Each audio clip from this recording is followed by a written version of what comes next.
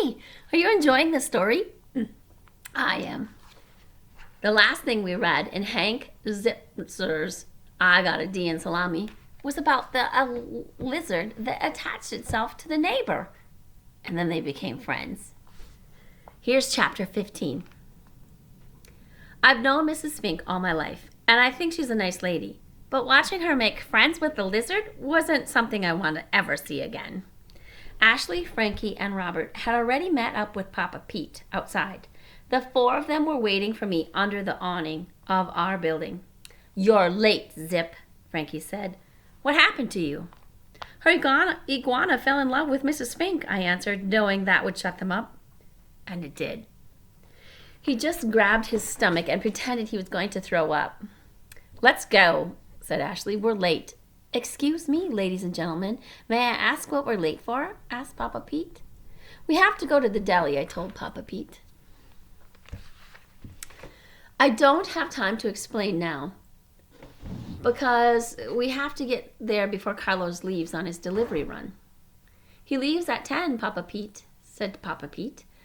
That gives us exactly 5 minutes.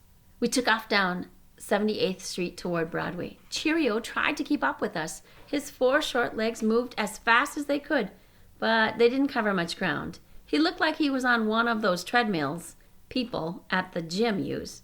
When we came to our first red light, I picked up Cheerio and tucked him under my arm. We waited. It was the longest red light in the history of electricity. Don't look at it, Ashley said. I swear it makes it stay red longer.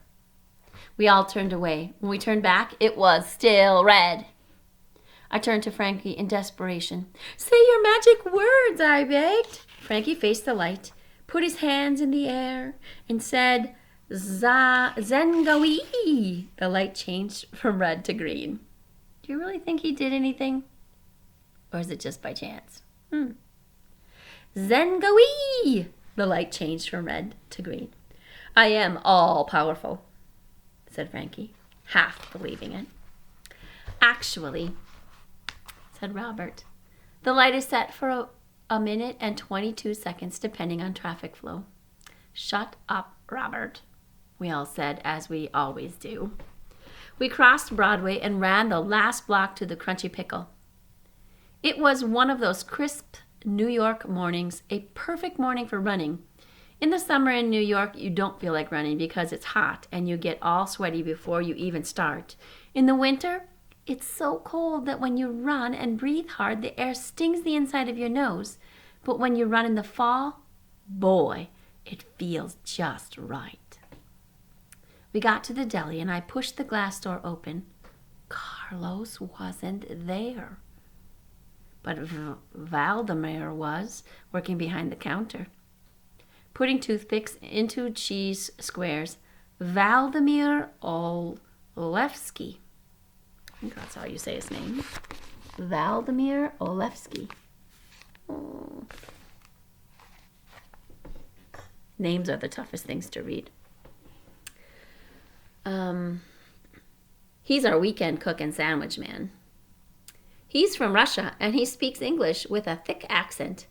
I was scared of Valdi at first because he never smiles, and he also has a lot of reddish blonde hair growing out of his ears.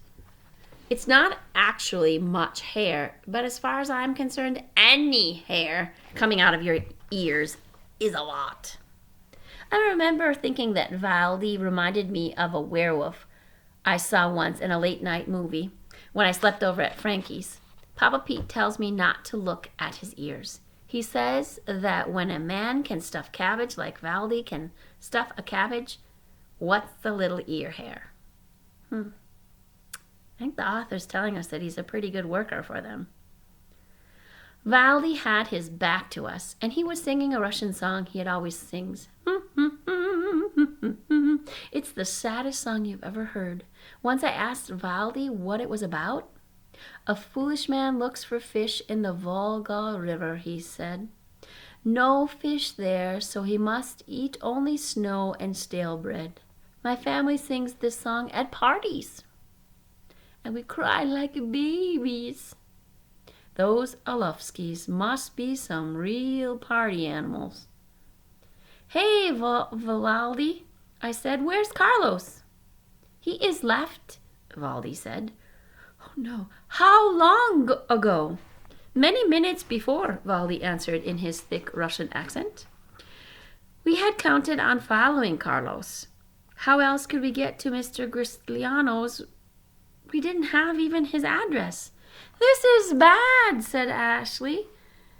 A real fly in the ointment. No flies here, Valdi snapped. I keep place clean.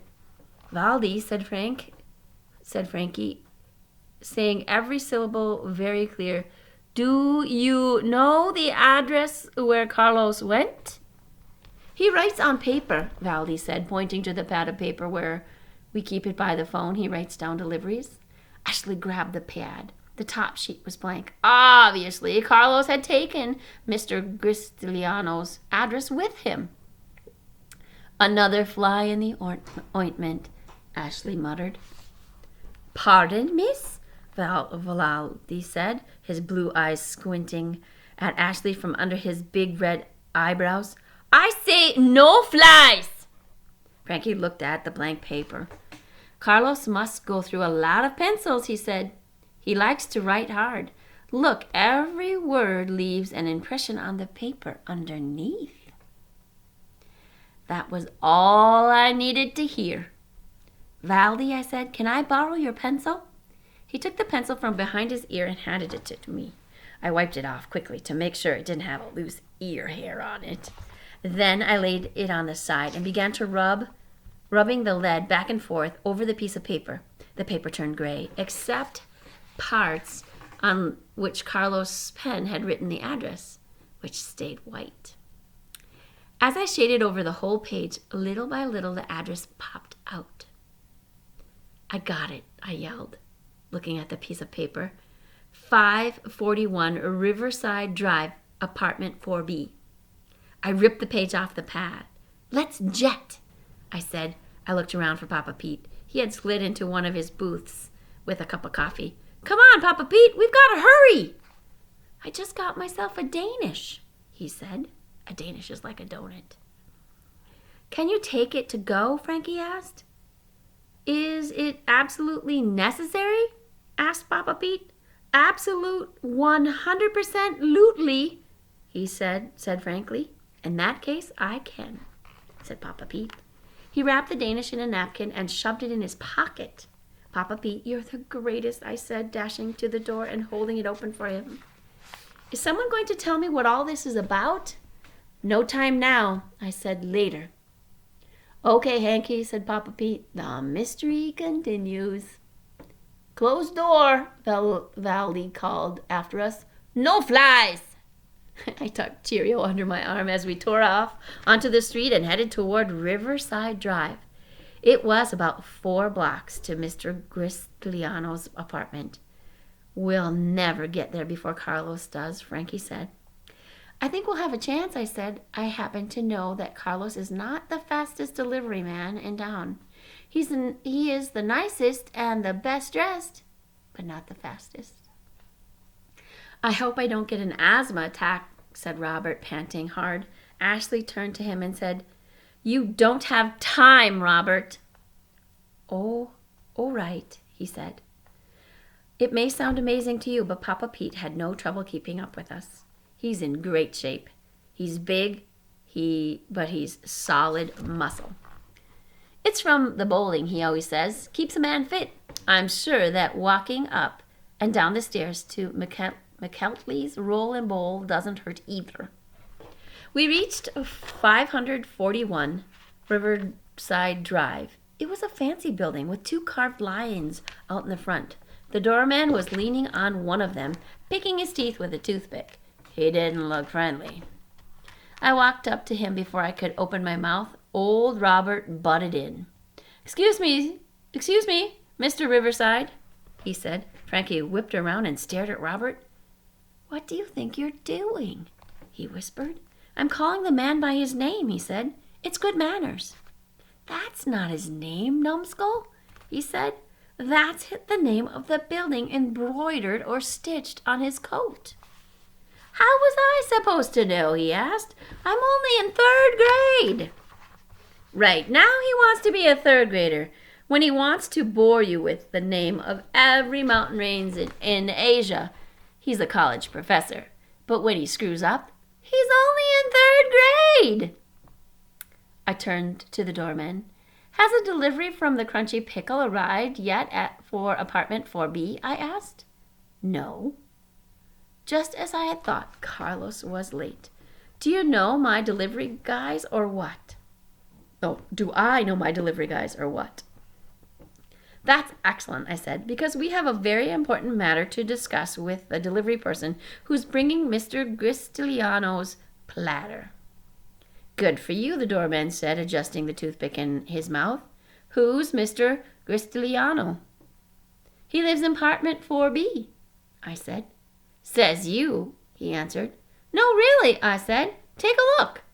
I reached into my pocket and pulled out the paper from the pad at the deli. See, I pointed to the address. It's right here in black and white. 541 Riverside Drive. He glanced down at the paper and then back. Funny, he said.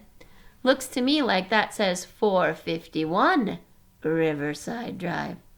I looked down at the paper and stared at it for a minute. I couldn't believe my eyes. It did say 451. I must have flipped the numbers around. How could I have been so stupid?